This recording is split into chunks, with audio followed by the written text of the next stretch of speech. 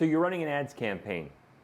Is it working? Is it not working? Is it paying for itself? Is it not? How do you know? In this video, we're going to talk about how you use the lifetime value of a customer, client, and patient to analyze the effectiveness of your campaigns. Stay tuned for that.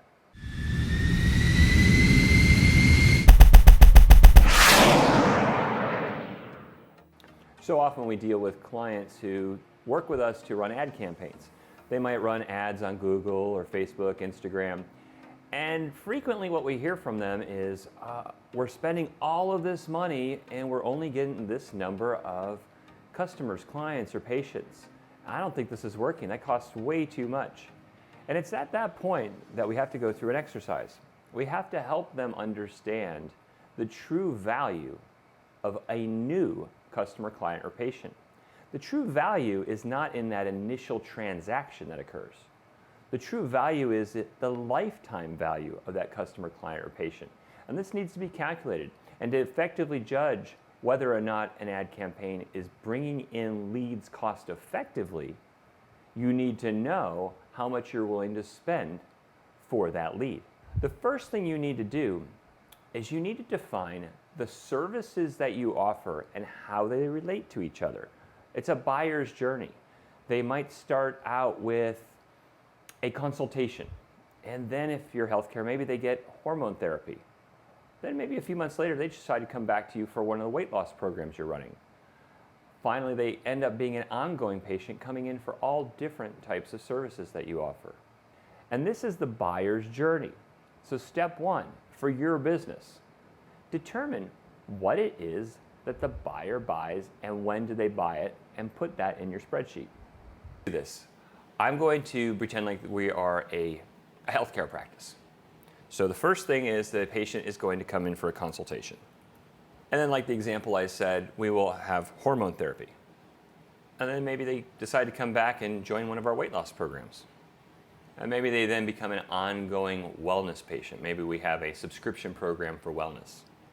So we have defined a patient journey here in this situation. Well, what's next? Well, we need to determine what the average spend is on each of these and how long a patient will typically stay with us. So maybe for the initial consultation, it comes in and it's $100.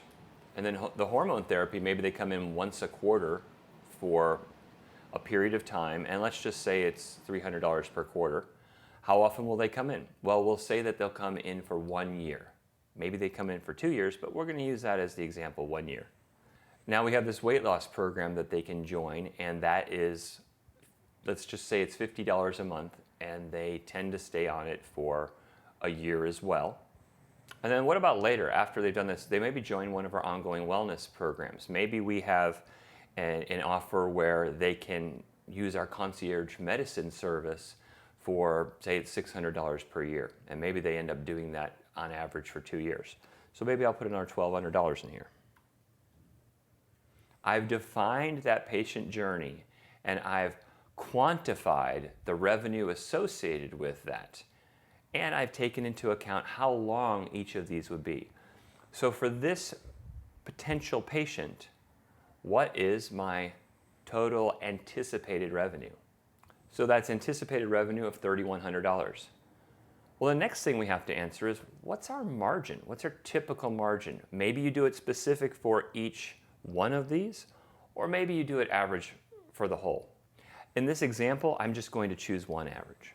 So if I take into account that $3,100 at a 50% margin, my net revenue is going to be $1,550. I have a marketing budget. I typically have an anticipated cost of sales. Your marketing budget for a healthcare organization, usually a small one, is about 12%. However, cost of sales is often 7%. I'm going to choose 19% for this figure. What can I truly spend on a new patient here? I'm going to take that margin, multiply it times the net, and that's going to tell me my budget for a new patient.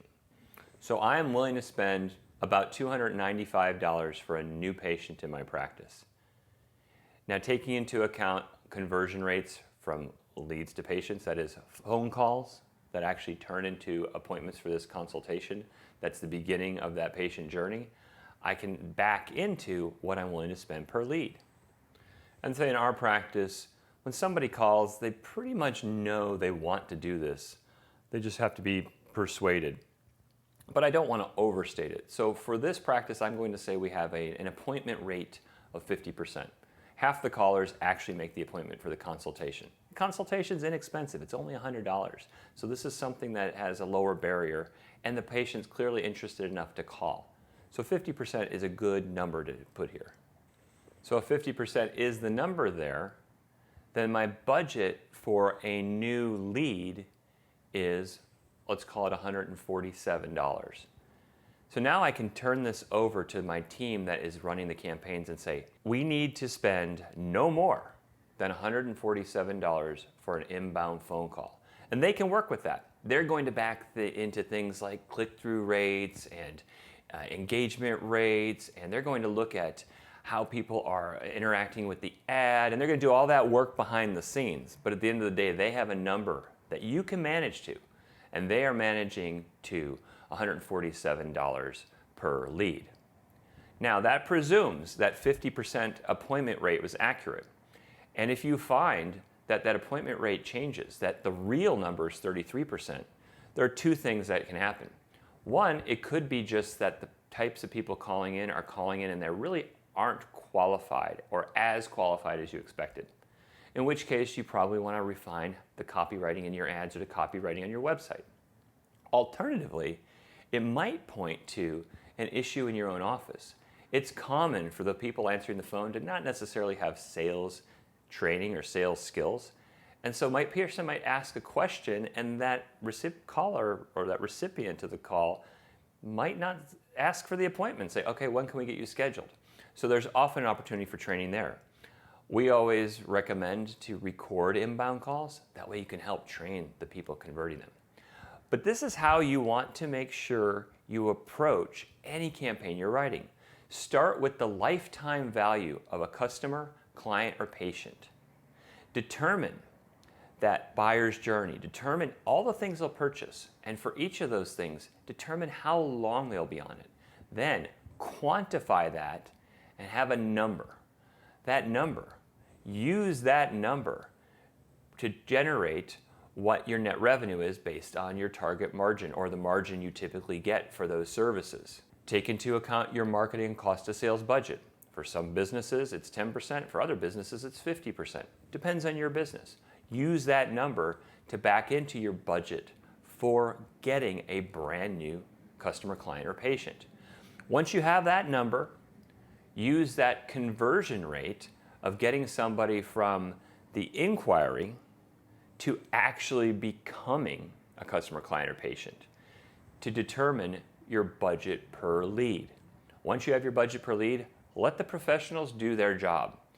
They will let you know if they can make that work. They will let you know if that's possible. They'll also let you know if they can't accomplish it. Be patient when you run ads because we often work to tune campaigns to get to that target budget per lead. I hope this video is helpful. I make videos on marketing, business, sometimes personal development. I put something out every week. If you use a different technique for the lifetime value, I would love to hear about it. Put it in the comments below. If you like what you saw today, give me a thumbs up. I'd appreciate that too. Thanks for your time, and I look forward to seeing you on the next video.